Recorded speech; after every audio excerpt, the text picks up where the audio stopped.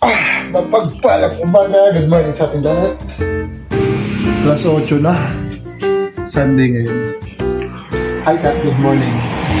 Ano ba? Sana natin po sa Todong. Kaya ba? Check natin si Honda ko nandito pa. Sana. Ayun o. Uy, ayun pa rin siya.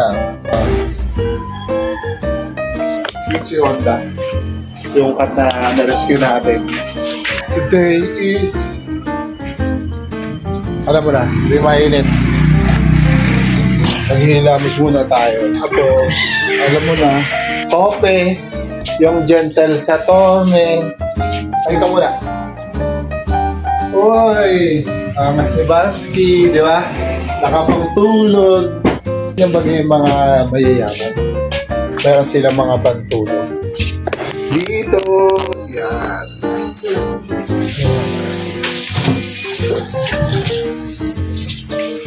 Wala tayong pasok ngayon. Masakit ang katawan. Bakit kaya pag umaga, no? Pag gumising ka na umaga, tangin na maga yung mukha mo. Ako lang ata yun ay. Ako lang ata yun ay, parang binugbog yung mukha. Maga. Lagi na nasusuka. Ay, halip yan. Yung bata ako, hindi naman ako lagi nasusuka kapag ganito. Pag-i-skincare sana ako kaso malalaman yung sikreto eh. Yun, magandang umaga. Sabado ngayon, ay Sabado linggo pala. Dodong! Ka dyan! Bumidyo ako dyan! Mag-uga-uga na yung camera na yan. Wala ka dyan, sige, sumama na kayo lahat sa video. Si Ermita. Eh, sabi ko na eh. Tayo na may kasalanan, no? Nilaglag.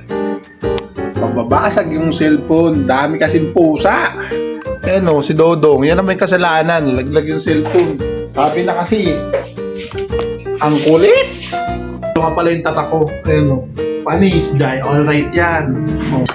Titimpla si Bansky. Yung pagitong coffee. Diba? Pag bagong gising, maga yung mukha. Open natin yung sliding door natin. Panis, may sliding door. Malabo pa yung camera natin eh. Pero actually, meron na talaga akong camera. Pero hindi ko siya laging nagagamit eh. Sayang ba? Pinabenta ko na lang muna ulit dun sa Propa. Kaso hindi pa nabibili. Baka kailangan nyo ng camera. Mura-mura. Mga 16K. Binibenta ko yun. Maganda yung camera niya. Mamaya na lang tayo mag-video pag nandito na si Bansky para kasama siya sa video natin. Kasi baka sabihin niya, hindi natin siya sinasama. Alam mo naman ang girls. Kaya yun lang muna. Kinuha ko pala yung mic para medyo malakas yung boses. Mag-aalmusal lang muna kami. Tapos marami kaming gagawin ngayong araw eh. Food trip namin, bahaw. Tapos ano, crab fish. Mag-try tayo mag-ASMR. Ano yun? May mic na pati tayo. Yung di nagsasalita, kumakain lang. Ano yun? ASMR! Yung nakain ka ng mga pagkain na hindi ka nagsasalita. Yung sounds lang ng ano. Hindi man ganun kalakas tong mic na to. Hindi, dito tapat mo sa'yo yung ano. Magsalita ka na lang, ano, pag na ano ka. Maganda yung mic nun. Ano lang to eh, tag mga 200 lang yata bill ko dito, 270. Ayun yung nakakain ng ano? Hindi yun, yung mga ano naman yun. Yung mga ano? Mga native na tao. May aftertaste na talaga. Wala. Kasi ganito yan. Bumili kami ng crab face.